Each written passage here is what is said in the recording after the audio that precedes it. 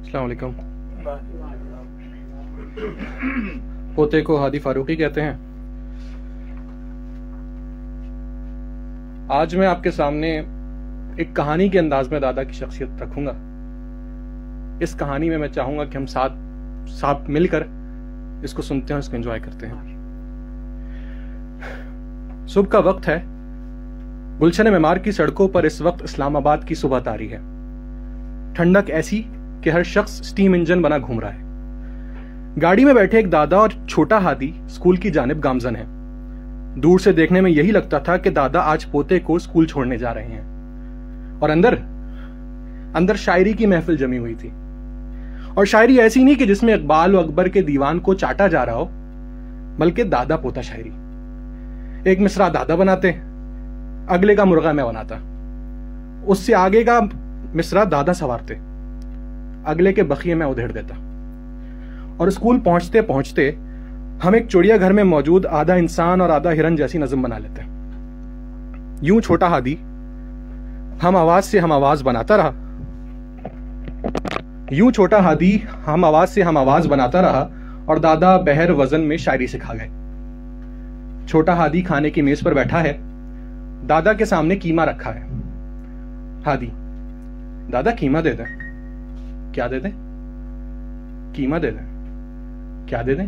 Sorry, آلو قیمہ دے دیں. کیا دے دیں؟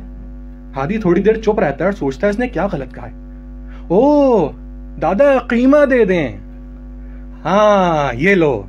اور یوں چھوٹے ہادی نے آج قیمے کی بدولت تلفظ اور لفظ کی ادائیگی سیکھی. میرے دادا صرف دادا نہیں، میرے چلتے پھرتے گوگل سرچ تھے. نونہال یا تعلیم و تربیت میں پڑھتے کوئی لفظ سمجھ نہ آیا تو بھاگا بھاگا دادا کے پاس آیا. قلم اٹھایا، کچھ لکھ کے بنایا، پھر دادا کو دکھایا اور دادا کی بدولت اچھے اچھے جملوں سے تحریر کو سجایا.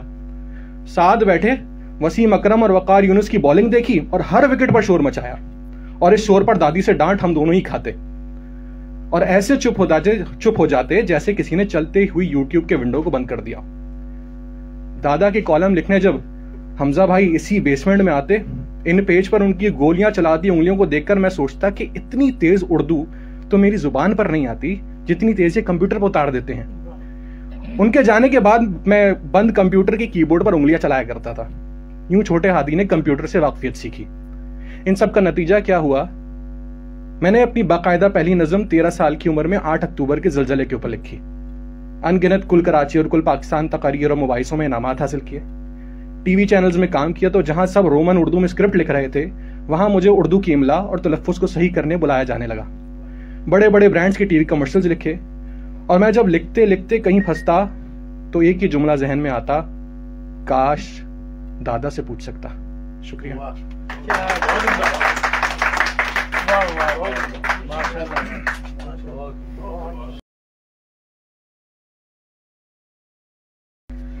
السلام علیکم ورحمۃ اللہ.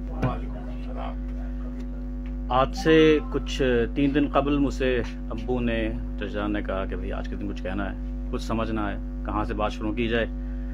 اور بس قلم اٹھایا اور شروع ہو گئے. جو سمجھ میں آیا وہ لکھ دیا. کچھ بے ربط خیالات ہیں، ٹھیک ہے، پیشگی معذرت چاہتا ہوں میں.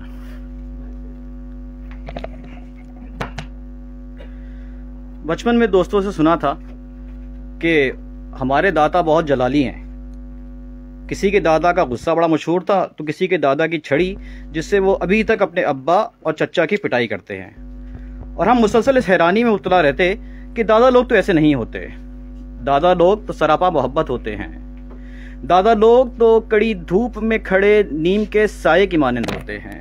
تو کیا اس کا مطلب یہ ہوا کہ امجد اور سلمان جھوٹ بول رہے ہیں؟ کیونکہ ان کے دادا تو ایسے ہو نہیں سکتے. مگر جب باقی بہت سے کلاس فیلوز سے ان کے دادا کے جلال کا قصہ سنا تو پھر یقین آ گیا اور ایک ہی نتیجہ بچتا ہے. اور وہ نتیجہ یہ کہ پاپوش نگر کے چھوٹے سے مگر محبتوں سے بھرپور گھر کے سربراہ شاہ معین اللہ فاروقی صاحب میرے دادا نہیں ہو سکتے، بلکہ بس وہ میرے دوست ہیں. اور حق تو یہ ہے کہ وہ میرے بہت کچھ تھے: میرے معلم، میرے مربی، میرے دوست، میرے دادا. میں ادیب شاہ محی اللہ فاروقی صاحب کے بارے میں بہت زیادہ واقف نہیں ہوں، حالانکہ میں ان کی تمام کتابیں اور حتی الامکان کالم پڑھ چکا ہوں. لیکن آج آپ اصحاب کی موجودگی میں ان کی ادب کے بارے میں، اس کی لطافت کے بارے میں، وجہ سنجی کے بارے میں کچھ گفتگو کرنا بہتر نہیں سمجھتا. اور سچ یہ ہے کہ میں فیڈرل جوائنٹ سیکرٹری شاہ مغل فاروقی صاحب کے بارے میں بہت زیادہ واقف نہیں ہوں، بلکہ حق یہ ہے کہ میں اپنے دادا کی ذاتی زندگی کے بارے میں بھی بہت زیادہ واقف نہیں ہوں۔ ان کی حیات میں ان کے بارے میں کچھ جان نہ سکا۔ اس کے بارے میں میرا علم ان کی کتاب سرگزشت اور خاص کر اس میں لکھے گئے ابو کے مضمون میرے ابو تک محدود ہے، کیونکہ ہم بچوں کے لیے ایسی باتیں نیڈ ٹو نو بیسس کی حد تک ہوا کرتی تھیں۔ تم چھوٹے ہو، تم جان کر کیا کرو گے، بڑے بات کر رہے ہیں نا، یہ جملے حرف آخر ہوتے تھے اور ہمارے لیے محفل برخاست ہونے کا حکم ہوتے تھے۔ میں تو بس اپنے دوست اپنے دادا کو جانتا ہوں۔ مارکس اوریلیس اپنی کتاب میڈیٹیشنز میں انتصاب جو ہے گریٹیٹیوڈ کے ساتھ کرتا ہے، جس میں وہ اظہار تشکر کرتا ہے ہر اس شخص کے لیے کہ جس نے اس کی زندگی پر کچھ نہ کچھ اثر انداز ہوا ہے۔ تو بس میں آپ کے سامنے کچھ ان اسباق کا اعادہ کرتا چلوں جو میں نے اپنے دادا سے حاصل کیے ہیں۔ میرے دادا اپنی لکھی ہوئی کتاب کے مانند بیدار دل لوگوں میں شامل تھے، اور جو پہلا سبق انہوں نے مجھے دیا وہ زندہ دلی کا تھا۔ حالات جیسے بھی ہوں، محفل ہمیشہ سجی رہنی چاہیے اور جس میں لوگ ہنستے مسکراتے رہنے چاہیے۔ تو ہم بچوں کے لیے بھی ہر وقت محفل سجوا کے رکھتے تھے۔ انسانی یادداشت انتہائی عجیب چیز ہوتی ہے۔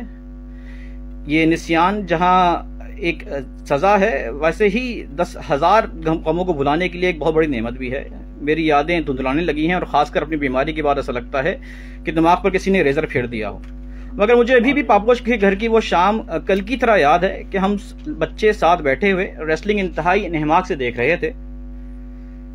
ہلک ہوگن نے بڑی مشکل سے انڈرٹیکر کو ہرایا، اور ہم سے زیادہ خوشی ایسا لگتا تھا کہ دادا کو ہوئی۔ انہوں نے زور سے نعرہ لگایا کہ ارے واہ بھائی، ہوگن نے ہرا دیا، کلیم جاؤ اور جا کر بازار سے مٹھائی لے آؤ، اور ہاں یونس بھائی کی بھی دیتے آنا۔ اور ہم بچوں کے لیے بیٹھے بٹھائے مٹھائی کا بندوبست ہو گیا۔ تھوڑا بڑے ہوئے تو ہنسی آنے لگی کہ کیا دادا کو یہ معلوم نہ تھا کہ ریسلنگ فکسڈ ہوتی ہے۔ لیکن جب ایک دن ہم نے چھپے نظروں سے ان کو ایک ماموں کو ڈانٹتے دیکھا کہ میاں کیا نورا کشتی دیکھ رہے ہو، خبر نامہ لگاؤ، تو پتا چلا کہ مٹھائی ریسلنگ کے لیے نہیں تھی، مٹھائی تو بس مٹھائی کے لیے تھی، اور مٹھائی کے لیے کوئی عذر بھی ضروری نہیں ہوتا۔ ہماری وہ تمام خواہشات پوری کرتے۔ کوئی بھی مسئلہ ہو جا کر دادا کے کان میں چپکے سے بول دو، مسئلہ حل ہو جائے گا۔ دادا بال کے لیے 10 روپے چاہیے تو فوری بال مل جاتی۔ دادی ہماری اللہ بخشے محبت کا وہ دریا تھی جو انتہائی گہرا تھی، مگر اس کی سطح کے اوپر چھوٹے چھوٹے طوفان ہر وقت جو ہے گردش کرتے رہتے تھے۔ ظاہر ہے جن حالات میں انہوں نے 9 بچے پالے تھے وہ کیسے گوارا کرتی کہ ایسے فضول خرچی کی جا سکے۔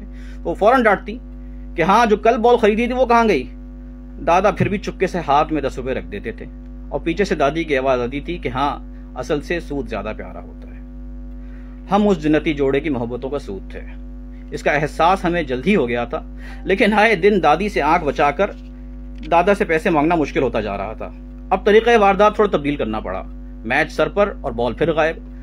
دادا میرے پاس 2 روپے تو ہیں، مگر بال کے لیے کچھ روپے کم پڑ رہے ہیں۔ پوچھے اچھا کتنے کی آئے گی؟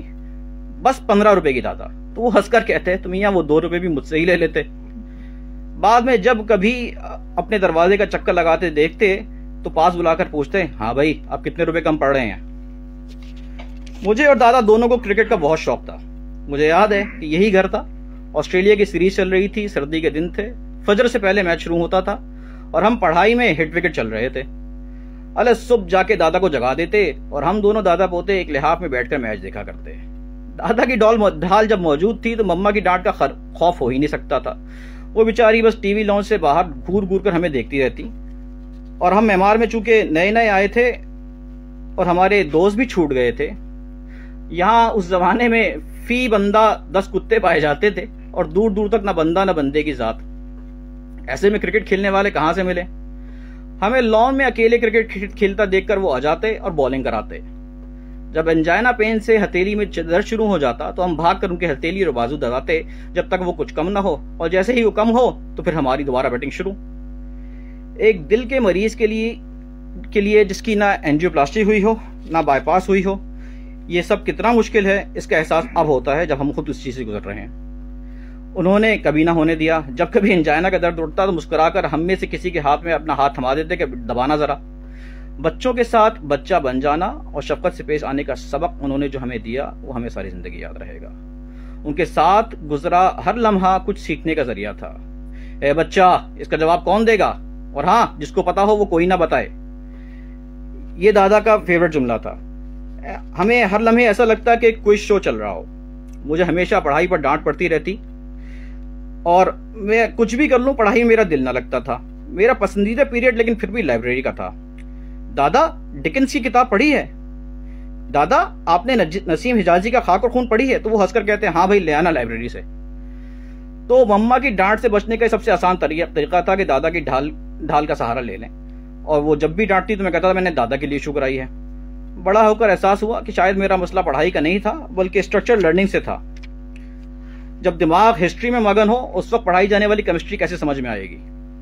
پریشان ہو کر دادا سے کہتا کہ دادا میں پڑھائی سے کب فارغ ہوں گا. تو وہ کہتے میاں لکھنے پڑھنے کی تو زندگی بھر ہوتی ہے. مجھے دیکھو جو دل چاہے وہ پڑھو. شاید انہی کا دیا ہوا یہ سبق ہے کہ سیلف لرننگ اب بھی جاری ہے اور انشاءاللہ زندگی بھر جاری رہے گی. ایسا نہیں تھا کہ وہ لاڈ پیار میں بگاڑنے والوں میں سے تھے. مذاق اور بدتمیزی کے درمیان کی لائن انہوں نے ہمیں کبھی عبور نہیں کرنے دی. کسی دن منہ سے نکل گیا دادا یار تو کڑک کر بولے یہ یار کیا ہوتا ہے. ہم چونکہ گھر کی پہلی اولاد تھے اس لیے اپنی امپورٹنس کا اظہار ہمیں جلدی ہو گیا تھا. ہماری بہن جب تھوڑی بڑی ہوئی تو ہمیں شک ہوا کہ ہماری سلطنت چھن رہی ہے اور گھر والے مجھ سے زیادہ اس سے پیار کرنے لگے ہیں. ویسے بڑے ہو کر اس بات کا یقین ہو گیا اور جب رب کریم نے بیٹی سے نوازا تو وجہ بھی معلوم ہو گئی کہ ایسا کیوں ہوتا ہے, لیکن اس وقت تو غصہ برابر تھا. ایسے میں ایک دن اپنی واحد پناہ گاہ دادا کے پاس پہنچ کر میں نے شکایت کی کہ دادا سدرا کو سنبھالے بہت بدتمیز ہو گئی ہے, اس نے مجھے پٹھان اخروٹ کہا ہے. اور پیچھے سے وہ بھاگی آئیں کہ دادا انہوں نے مجھے چڑیل کہا ہے. لیکن دادا نے مجھ سے کہا کہ بھائی پٹھان ہونے میں کیا مسئلہ ہے. مجھے لگا دادا سدرا کی سائڈ لے رہے ہیں. میرے منہ سے غصے سے نکل گیا دیٹس اٹ. اور جب عشاء سے شرمندگی ہوا تو واپس پہنچا ان کے پاس سوری کرنے. کہنے لگے یہ سوری کیا ہوتی ہے؟ کیا سوری کہنے سے منہ سے نکلے الفاظ واپس آ جاتے ہیں؟ لیکن دادا میں نے کوئی گندا لفظ تو نہیں کہا. تو بولے الفاظ سے کیا فرق پڑتا ہے, تمہارا کہنے کا انداز کیسا تھا. تم اسی انداز میں مائی ڈیم فٹ کہتے تھے تو بھی کوئی فرق نہیں پڑتا. کافی دن مجھ سے خفا رہے. اللہ بھلا کرے کرکٹ کا جس نے دادا پوتے کو دوبارہ جوڑ دیا. غلطی میری ہی تھی. میں ان کا تیسری جماعت میں تقریر کے لیے سکھایا گیا لفظ اور شعر بھول گیا تھا جو انہوں نے مجھے رٹوایا تھا کہ چھری کا تیغ کا تلوار کا تو زخم بھرا, لگا جو زخم زباں کا رہا ہمیشہ ہرا. دادا میری اب بھی کوشش رہتی ہے کہ ایسی بدتمیزی میں آئندہ کسی کے ساتھ نہ کروں. دن کا کوئی بھی پہر ہو ان کی لکھنے پڑھنے کا اگر وقت ہو گیا تو وہ کمرہ بند ہو جاتے تھے. ہمیں لاکھ دوستی کے باوجود ان کی دراز میں گھسنے کی اجازت نہیں تھی. ورک فرام ہوم کے ایتھکس انہوں نے ہمیں سکھائے تھے کہ کیسے کام الگ ہے اور گھر الگ, اور دونوں کو ایک دوسرے میں مداخلت کی ہرگز اجازت نہیں ہونی چاہیے. تو صاحبو یہ ہوا وہ وقت جب وہ ہم سے خفا ہوئے تھے, مگر ان سے ڈانٹ بھی ہمیں ایک دفعہ پڑی تھی اور بھرپور پڑی تھی. میں غالباً 7ویں جماعت میں ہوں گا. یہی گھر تھا. عید قربان کے تیسرے روز ایک بکرا گھر میں کیا جا رہا تھا. میں جانوروں کے معاملے میں ہمیشہ سے کچھ رحم دل واقف ہوا ہوں. کانپتے ہاتھوں سے اس بکرے کی ٹانگیں پکڑی ہوئی تھیں. ایسے میں پھپھا جو اس کو ذبح کر رہے تھے انہوں نے ازراہ مذاق میرے ہاتھ میں چھری تھمائی اور کہا پھیرو. میں فوراً کڑک کے کھڑا ہو گیا. میں نے کہا یہ کیا کر رہے ہیں؟ میں کیسے, میں تو نہیں پھیروں گا. دادا شاید دروازے پر کھڑے تھے, تیر کی طرح میرے سر پر پہنچے, کان پکڑ کر کھڑا کیا اور کہا کیا کہا؟ نہیں کرو گے, اب تم ہی کرو گے, میرے سامنے کرو گے. فوراً بسم اللہ پڑھو پھیرو. مسلمان بچے ہو کر قربانی سے ڈرتے ہو, شرم نہیں آتی؟ واقعی قربانی کا مطلب ہم کیا جانیں, وہی جانتے تھے جو گھر بار والدہ بہن بھائی سب کو چھوڑ کر یہاں آ گئے. کبھی کیریئر, کبھی بھائی, کبھی خواہشات, کیا کیا نہیں قربان کیا. سو اس قربانی کا دیا سبق مجھے مرتے دم تک یاد رہے گا. وہ غریب پرور اور نہایت دریا دل آدمی تھے. جمعے کے روز ہم سب پوتوں کو یاد ہے کہ جمعے کا روز جو ہے وہ حلیم کا ہوا کرتا تھا. کسی نہ کسی ایک کی ڈیوٹی ہوتی تھی کہ ان کے ساتھ جائے اور حلیم لے کر آئے. نماز کے بعد رومال نما بٹوا کھول کر کھڑے ہو جاتے اور فقیر ان کو گھیر لیتے تھے اور ہم چلاتے رہتے دادا دادا یہ کیا کر رہے ہیں, یہ پیشہ ور لوگ ہیں. تو کہتے بھائی یہ تو ان کا ایمان ہے. دادا کی خوبی یہ تھی کہ جب پیسہ ہوتا تو دادی کے لاکھ غصے کے باوجود دونوں ہاتھ سے خرچ کرتے, اور جب نہ ہوتا تو معذرت میں کوئی آر محسوس نہیں کرتے تھے. زندگی کو ایک کھلی کتاب رکھنے کا سبق بھی انہوں نے ہم کو دیا. شاید آخر میں مجھے ایک ہی چیز کا قلق رہے گا کہ سدرا کی شادی کے دنوں میں نیا پاکستان واپس لوٹا تھا. اپنے کسی دوست سے ملوایا اور کہا یہ میرے پوتے ہیں, 8 سال بعد برطانیہ سے وکالت کی ڈگری حاصل کر کے واپس لوٹے ہیں. میری خواہش ہے کہ میں اپنی چوتھی نسل دیکھوں, کیونکہ وہ لوگ بہت خوش قسمت ہوتے ہیں جنہیں اپنی چوتھی نسل دیکھنے کو ملتی ہے.